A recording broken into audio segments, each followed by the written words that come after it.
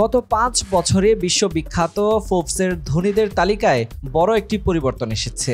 ২০২৫ সালে প্রথমবারের মতো শীর্ষস্থানে উঠে এসেছে একজন নারী, অ্যালিস ওয়ালটন। ওয়ালমার্ট সাম্রাজ্যের অন্যতম উত্তরাধিকারী, যিনি এবার বিশ্বের ধনীতম নারী হিসেবে স্থান করে নিয়েছে।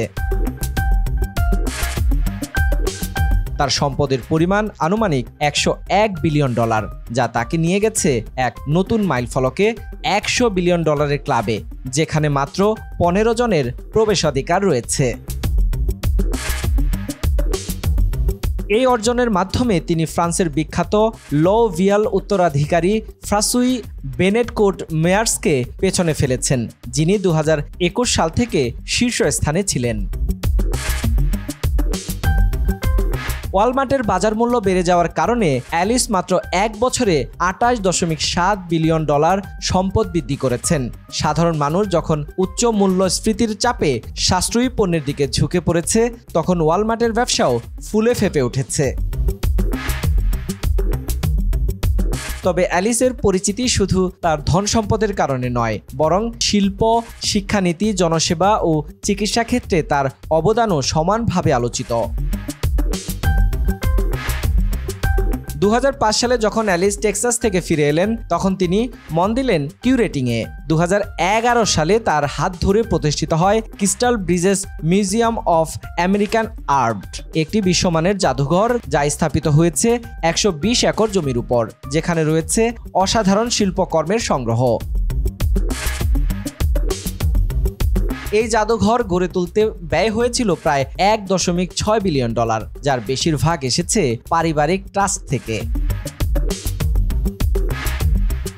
অ্যালিস বিশ্বাস করেন, বিশ্বের কোনো সীমান্ত নেই, এটি সবাইকে এক করে।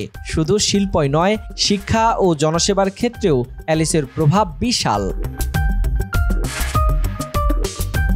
ওয়ালটন ফ্যামিলি ফাউন্ডেশনের মাধ্যমে তিনি $5.8 বিলিয়ন বেশি অনুদান দিয়েছেন, যার মধ্যে শুধু বেন্টনভিল ও পরিবেশ উন্নয়নে গিয়েছে প্রায় $400 মিলিয়ন। 2016 সাল শুরু হওয়ায় আর্ট ব্রিজেস ফাউন্ডেশন ইতিমধ্যে $500 মিলিয়নের বেশি ব্যয় করেছে 230টি জাদুঘরে শিল্পকর্ম পৌঁছে দিতে। সম্প্রতি বেন্টনভিল শহরে তিনি প্রতিষ্ঠা করেছেন Alice L Walton school of medicine. $249 million দান করে গঠিত এই স্কুলে এখন পড়ছে 48 জন শিক্ষার্থী, যাদের লক্ষ্য উন্নত স্বাস্থ্যসেবা পৌঁছে দেয়া সমাজের প্রতিটি স্তরে। আমি এমন সুযোগ তৈরি করতে চাই যা মানুষকে তাদের স্বপ্ন পূরণে সহায়তা করবে। এই কাজ করতে পেরে আমি আনন্দিত।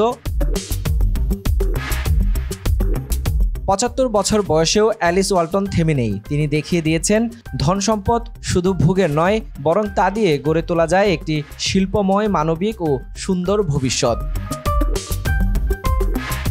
নিউজ ডেস্ক, বাংলা খবর 52।